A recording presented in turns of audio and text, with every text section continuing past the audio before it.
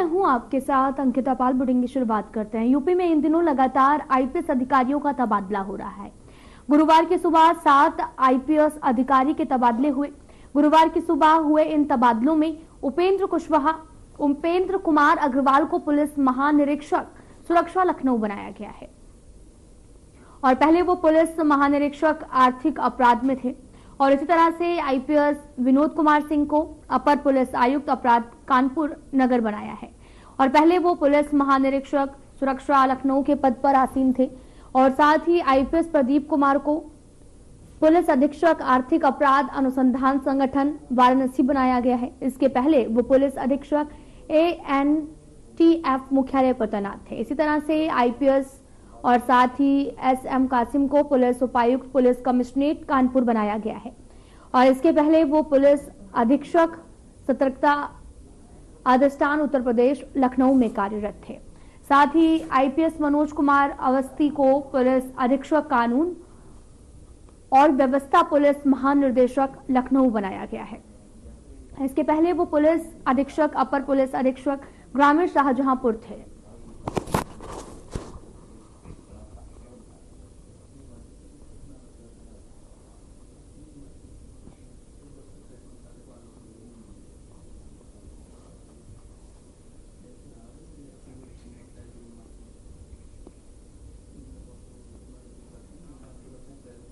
बहराइच में 845,19,000 की लागत से 2,138 वर्ग मीटर में विस्तृत बहराइच की तहसील मिहींपुरवा के मुख्य भवन का उद्घाटन हुआ, जिसका उद्घाटन सीएम योगी आदित्यनाथ ने किया है।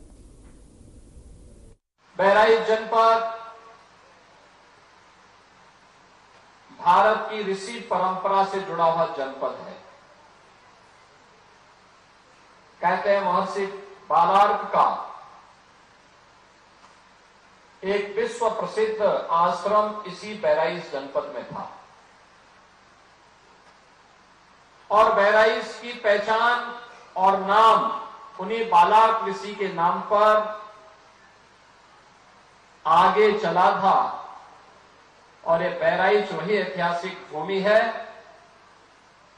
जहां पर एक विदेशी आक्रांता को धूल दूषित करते हुए महाराज सुहेलदेव ने भारत की विजय पताका को दिगंत तक पहुंचाने का काम किया था। महाराज सुहेलदेव का शौर्य और पराक्रम इस स्तर का था उन्होंने विदेशी आक्रांताओं के साथ जो शौर्य और पराक्रम का परिचय दिया था उसी की परिणति थी कि 150 वर्षों तक कोई विदेशी आक्रांता भारत पर हमला करने की कोई दुस्साहस नहीं कर पाया था। बहनों और भाइयों, ऐसी पावन धरा को जो ऋषि बालार्क की साधना से पवित्र हुई हो, जिस पावन धरा को अपने शौर्य और पराक्रम से महाराज सुहेलदेव ने विजय भूमि के रूप में बदल करके इसे बहराइच की पहचान दी। इस बहराइच की पावन धरा को नमन करते हुए मैं आप सबका हृदय से अभिनंदन करता हूं। बहराइच को उसकी पहचान से वंचित करने का प्रयास हुआ था और यही कारण था पिछली सरकारें घोषणा करती थी, घोषणे पे घोषणा करती थी, कार्य नहीं हो पाते थे। मिहींपुरवा तहसील आज तक भवन नहीं, जबकि एक सामान्य नागरिक के लिए सबसे ज्यादा उसका कार्य पड़ता है तहसील से। भूमि संबंधी रिकॉर्ड हो, उसके पैमाइश की कार्रवाई हो, वरासत की कार्रवाई हो, नामांतरण हो, बंटवारे का कार्य हो, या फिर लैंड यूज से जुड़ी हुई इस सभी मामलों का निस्तारण का केंद्र तो तहसील है। आपको अपने विरासत को आगे बढ़ाना हो, खेत के कागजात आपको चाहिए, उसका केंद्र तो तहसील है। जब तहसील की अपना भवन ही नहीं होगा, एक सामान्य न्याय को राजस्व बात से जुड़े हुए मामलों में क्या न्याय मिल पाएगा? बहनों और भाइयों, जब 2017 में भारतीय जनता पार्टी के डबल इंजन की सरकार प्रदेश में आई, उस समय 33 लाख से अधिक ऐसे मामले थे, राजस्ववाद थे जो लंबित पड़े थे। 33 लाख से अधिक मामले, जिसमें वरासत का मामला था, नामांकन का मामला था, लैंड यूज के मामले थे, बंटवारे के मामले थे, पैमाइश के मामले थे। आप अनुमान करिए कि 33 लाख मामले अगर लंबित हैं, तो गांव-गांव में मारपीट होना, बलवा होना, दबंगों के द्वारा गरीब की जमीन को जबरन हथिया लेना, ये आम बात रही होगी। और यही कारण था उत्तर प्रदेश में पिछली सरकारों के निकम्मेपन के कारण, बेईमानी और भ्रष्टाचार के इस कदर उन्होंने इन केंद्रों को अड्डा बना दिया था, एक सामान्य नागरिक न्याय की उम्मीद नहीं कर सकता था। गरीब की आवाज को दबाई जाती थी। हम लोगों ने एक समय सीमा तय की, राजस्व संहिता तैयार करके सुनिश्चित किया कि एक समय सीमा के बाद अगर वाद लंबित है तो जवाबदेही तय होगी। जिस स्तर पर लंबित है, एसडीएम के स्तर पर, तहसीलदार के स्तर पर, नायब तहसीलदार के स्तर पर, कानून विभाग के स्तर पर, लेखपाल के स्तर पर, जिस भी स्तर पर लंबित है, उसके लिए जवाबदेही तय होगी। और परिणाम है कि हम लोगों ने इस दौरान 33 लाख मामलों का निस्तारण करके गरीब को न्याय दिलाने का काम किया है, और उसके साथ सरकार खड़ी रही है। सरकार की कार्रवाई का परिणाम है कि एंटी भूमाफिया टास्क फोर्स के माध्यम से 64,000 एकड़ लैंड को अवैध कब्जे से मुक्त कराने का काम भी किया गया। आज उसमें प्रदेश में निवेश आ रहा है, लेकिन अभी भी एक चैलेंज है हम लोगों के सामने, और चैलेंज वही, सरकार ने इसके लिए, डबल इंजन की सरकार ने फिर इसमें और व्यवस्था की है कि गांव में ग्राम सचिवालय होगा। ग्राम सचिवालय में ऑप्टिकल फाइबर या वाईफाई की हम सुविधा देंगे, और गांव में ही गांव के लोगों को बैंक की सुविधा भी देंगे। गांव में ही जन्म प्रमाण पत्र, मृत्यु प्रमाण पत्र, आय प्रमाण पत्र, जाति प्रमाण पत्र, निवास प्रमाण पत्र, सभी गांव में ही उसे उपलब्ध हो जाने चाहिए। ऑनलाइन ये सुविधा गांव में उन्हें प्राप्त हो। ज्यादातर ग्राम पंचायतों ने इस कार्य को आगे बढ़ाना प्रारंभ किया है। और दूसरा, लैंड रिकॉर्ड को डिजिटाइज करना। अब पैमाइश में मनमानापन नहीं चल सकता कि जमीन को थोड़ा सा घुमा दो तो एक गरीब का हक कोई मार ले। ये तो सारे के सारे हम सैटेलाइट के माध्यम से ऐसी व्यवस्था करेंगे कि 1 इंच लैंड भी किसी गरीब की मारी नहीं जाएगी, और इस व्यवस्था को लागू करने के लिए सरकार आगे बढ़ चुकी है। इसके लिए अच्छी तहसील भवन की आवश्यकता थी, और इसीलिए आज मैं स्वयं ही मिहीपुरवा में आया हूं, इस मोतीपुर में आया हूं, आप सबको समर्पित करने के लिए, इस तहसील भवन को करने के लिए आया हूं। अब ऐसा भी नहीं हो सकता कि यहां तहसील में जिन अधिकारियों की तैनाती होगी वे बहराइच में रहेंगे, नहीं, उनके लिए आवास भी यहीं बनेगा, और यहीं पे कैंपस में रह करके उस समस्या का समाधान भी करेंगे।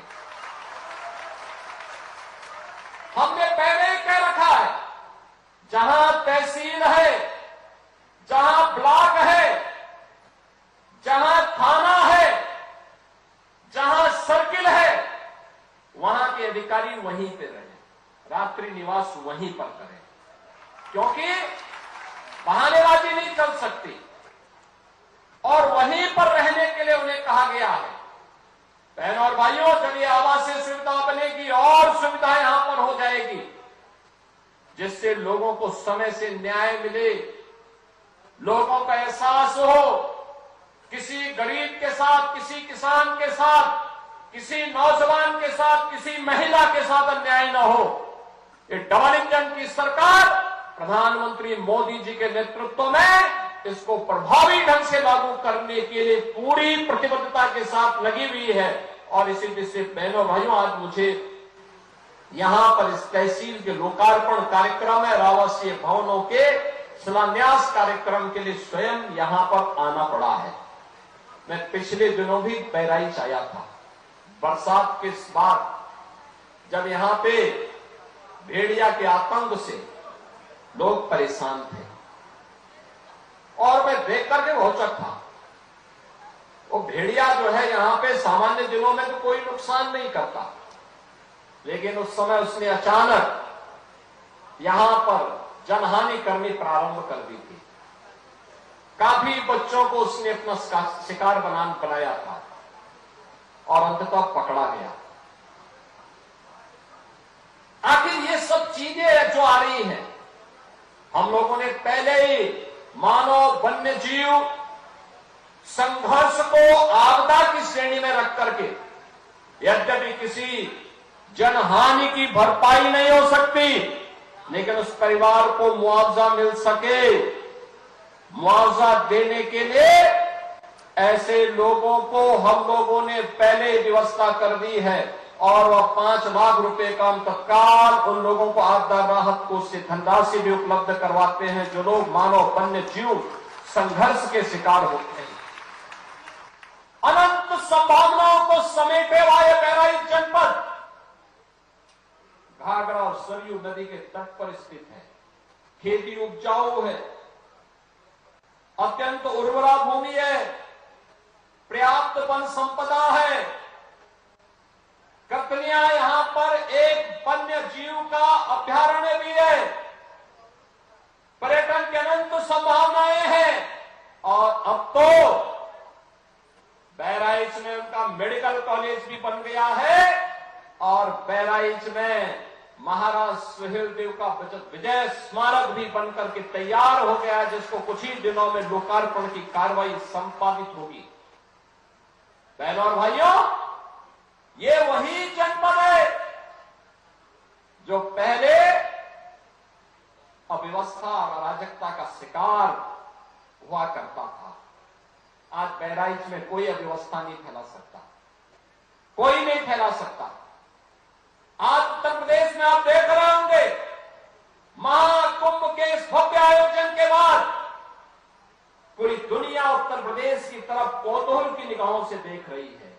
आपने अभी 2 दिन पहले देश की संसद में आदरणीय प्रधानमंत्री जी के द्वारा महाकुंभ पर दिए गए वक्तव्य को आप लोगों ने सुना होगा। प्रधानमंत्री जी ने भूरी भूरी प्रशंसा की है उत्तर प्रदेश वासियों की और महाकुंभ के आयोजन की। मानवता का इतना बड़ा आयोजन दुनिया में कहीं नहीं हुआ है, कोई नहीं कर सकता है। उत्तर प्रदेश में हुआ है। मां गंगा, मां यमुना, मां सरस्वती की त्रिवेणी के संगम में 66 करोड़ से अधिक लोग श्रद्धालुजनों का आगमन। ये भारत की महान सनातन संस्कृति की योग गाथा को अनंत काल तक गाने के लिए आने वाली पीढ़ी को विरासत के रूप में छोड़ चुकी है और उसी परंपरा का एहसास कराने के लिए आज मैं आपके पास आया हूं। आप सबसे कहने के लिए एक तरफ एक भारत श्रेष्ठ भारत की परिकल्पना साकार हो रही है, पूरा देश एकजुट होकर के कार्य कर रहा है। उन स्थितियों में मैं सभी उत्तर प्रदेश वासियों से कहना चाहूंगा, जब भारत की सनातन संस्कृति और भारत की परंपरा का गुणगान दुनिया कर रही है, तब भारत के महापुरुषों के प्रति श्रद्धा और सम्मान का भाव हर नागरिक का दायित्व होना चाहिए। और इन स्थितियों में किसी भी आक्रांता को महिमा मंडन। मुख्यमंत्री युवा उद्यमी विकास अभियान सीएम युवा के अंतर्गत देवी पाटन मंडल के 1423 उद्यमियों को 55 करोड़ का ऋण वितरण एवं युवा उद्यमियों के स्टार्टअप की प्रदर्शनी के उद्घाटन के साथ में एक जनपद एक उत्पाद कार्यक्रम के अंतर्गत सीएम योगी ने शिल्पकारों को टूल किट वितरित किए हैं।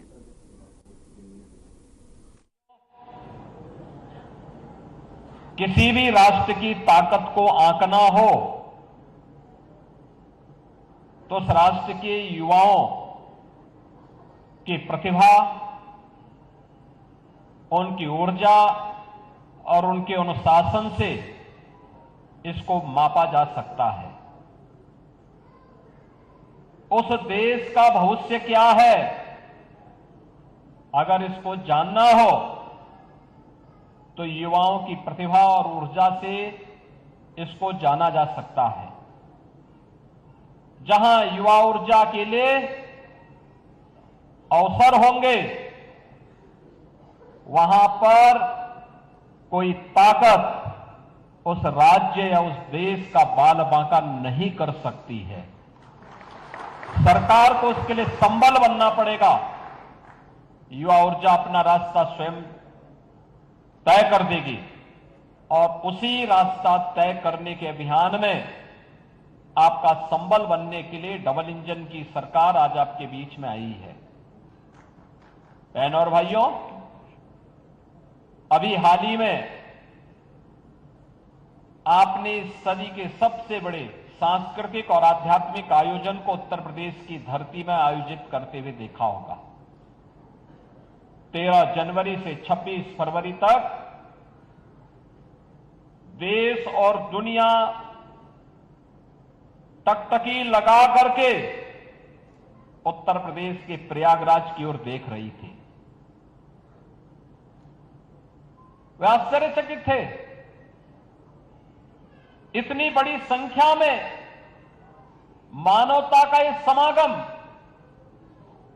एक नए भारत की ताकत का एहसास करा रहा था। भारत के सामर्थ्य को दुनिया के सामने रख रहा था और प्रधानमंत्री मोदी जी के मार्गदर्शन और नेतृत्व में महाकुंभ ने उत्तर प्रदेश के इस बड़े आयोजन के माध्यम से एक भारत श्रेष्ठ भारत की एक नई आधारशिला को ही आगे बढ़ाने का काम किया है। इस आयोजन में ने इस बात को साबित किया है कि विरासत को विकास के साथ जोड़ोगे, अच्छे परिणाम आएंगे। आस्था का सम्मान होगा तो वह आजीविका का आधार बनेगा। संस्कृति को अगर हम सुरक्षा प्रदान करेंगे तो हमारी समृद्धि का आधार बन सकती है और यह महाकुंभ ने साबित किया है। महाकुंभ के कारण उत्तर प्रदेश में आस्था और आजीविका के, संस्कृति और समृद्धि के नए नए कॉरिडोर बने। प्रयागराज से मां विंध्यवासिनी धाम और काशी का एक कॉरिडोर, प्रयागराज से अयोध्या होते हुए देवीपाटन हो या गोरखपुर का मार्ग हो, ये दूसरा कॉरिडोर, प्रयागराज से महर्षि वाल्मीकि की साधना भूमि, संत तुलसीदास जी की जन्मभूमि और चित्रकूट को जोड़ने वाला तीसरा कॉरिडोर, प्रयागराज से श्रृंगवेरपुर होते हुए लखनऊ और नैमिषारण्य, ये तीसरा आध्यात्मिक कॉरिडोर बनते हुए देखा। और प्रयागराज से आगरा होते हुए मथुरा, वृंदावन, बरसाना, गोकुल, नंदगांव, गोवर्धन, यह भी एक 5वां आध्यात्मिक कॉरिडोर बनते हुए देखा है। यानी जहां कहीं भी इस कॉरिडोर में देश और दुनिया से आने वाला हर श्रद्धालु इन स्थलों पर जाता था, व्यापक रूप से वहां की आर्थिक उन्नयन में अपना योगदान दे रहा था और उस उन्नयन के माध्यम से बहुत सारे नौजवानों ने स्वयं को आर्थिक स्वावलंबन के मार्ग पर प्रशस्त करने के लिए नए नए तौर तरीके अपनाने का काम किया था। यह युवा ऊर्जा है, इसको अवसर मिलना चाहिए, सरकार को उसका संबल बनना चाहिए। होली का आयोजन उत्तर प्रदेश में बहुत शांतिपूर्ण तरीके से संपन्न हुआ। जो लोग हमारे महाकुंभ को बदनाम कर रहे थे, उनके राज्यों में व्यापक हिंसा हो रही थी, उनसे संभले नहीं संभल पा रहा था, लेकिन उत्तर प्रदेश में शांतिपूर्ण सौहार्दपूर्ण तरीके से पूरा आयोजन संपन्न हुआ। और होली के ठीक पहले डबल इंजन की भारतीय जनता पार्टी की सरकार ने 60,244 युवाओं को उत्तर प्रदेश पुलिस में भर्ती करके उनका परिणाम भी घोषित किया है। आप याद करिए, इस 60,244 में से 12,000 से अधिक केवल बेटियां हैं, 12,000 से अधिक बेटियां भर्ती हुई हैं। यहां पे एक भर्ती में 12,000 बेटियां भर्ती हो जाती हैं। 2017 के पहले जब मैंने उत्तर प्रदेश में पदभार संभाला था और उत्तर प्रदेश पुलिस बल में मैंने पूछा था कि वे कितनी महिलाएं कार्य कर रही हैं, कुल संख्या थी मात्र 10,000। 10,000। बहनों और भाइयों, इसके उपरांत हम लोगों ने तय किया कि अब जो भी भर्ती होगी उस भर्ती में कम से कम 20% हम बालिकाओं को भरेंगे। 1,56,000 भर्ती की प्रक्रिया पहले पूरी कर दी थी, पहले कर दी गई है। इसमें हम लोगों ने बेटियों को भरा है, कम से कम 25,000 बेटियां इसमें भरी गई और 12,000 की नई नियुक्तियां इसमें हुई, जो 60,244 भर्ती के परिणाम अभी निकाले हैं। 7.5 लाख भर्ती हम पहले ही 7.5 लाख सरकारी कर्मचारियों की भर्ती हम पहले ही कर चुके हैं। लेकिन सरकारी कर्मचारी के साथ साथ बहुत सारे युवा होते हैं जो स्वयं का रोजगार करना चाहते हैं, स्वयं का स्टार्टअप स्थापित करना चाहते हैं, स्वयं का उद्यम स्थापित करना चाहते हैं। उनके लिए भी नए अवसर प्राप्त हो, इसके लिए सरकार ने पहले 1 डिस्ट्रिक्ट 1 प्रोडक्ट के माध्यम से अपने कार्यक्रम को आगे बढ़ाया। विश्वकर्मा श्रम सम्मान के माध्यम से हस्तशिल्पी और कारीगरों को सम्मान देने का काम किया। जो भी देश अपने हस्तशिल्पी को, अपने कारीगरों को, अपने युवाओं को, अपने अन्नदाताओं को सम्मान देता है, वही समृद्धि के शिखर पर पहुंचता है। और वही कारण रहा है उत्तर प्रदेश ने इस पर ध्यान दिया। आज उत्तर प्रदेश तेजी के साथ बढ़ती हुई अर्थव्यवस्था के रूप में देश के अंदर अपने आप को स्थापित कर रहा है। आज उत्तर प्रदेश, जो पहले बीमारू राज्य माना जाता था, युवाओं के सामने पहचान का संकट था, आज यही उत्तर प्रदेश बीमारू नहीं है, अब समृद्ध राज्य है। समृद्ध राज्य, बड़े बड़े प्रोजेक्ट, गोंडा के लिए भी हम लोगों ने एक बाईपास स्वीकृत कर दिया है, बहराइच के लिए भी स्वीकृत कर दिया है। पैसा नहीं होता तो क्या यहां मेडिकल कॉलेज बन पाता? पैसा नहीं होता तो क्या एक एग्रीकल्चर कॉलेज बन पाता? पैसा नहीं होता तो क्या है यहां पे गवर्नमेंट इंजीनियरिंग कॉलेज बन पाता? पैसा नहीं होता तो ये कनेक्टिविटी 2017 के पहले गोंडा से लखनऊ की दूरी तय करने में 3.5 घंटे लगते थे, आज ये 1.25 घंटे में दूरी तय हो सकती है। गोंडा से देवीपाटन मंदिर में अक्सर जाता था और जब भी मैं जाता था मुझे 2 घंटे लगते थे, 2 से ढाई घंटे लगते थे। और एक बार तो सड़क इतनी खराब थी कि मुझे 3.5 घंटे लगे थे, तो मैंने फिर इस रास्ते जाना ही छोड़ दिया। तो सीएम योगी आदित्यनाथ गोंडा पहुंचे थे, जहां पर शिल्पकारों को उन्होंने टूल किट भेंट की है। फिलहाल इस बुलेटिन में इतना ही। नमस्कार।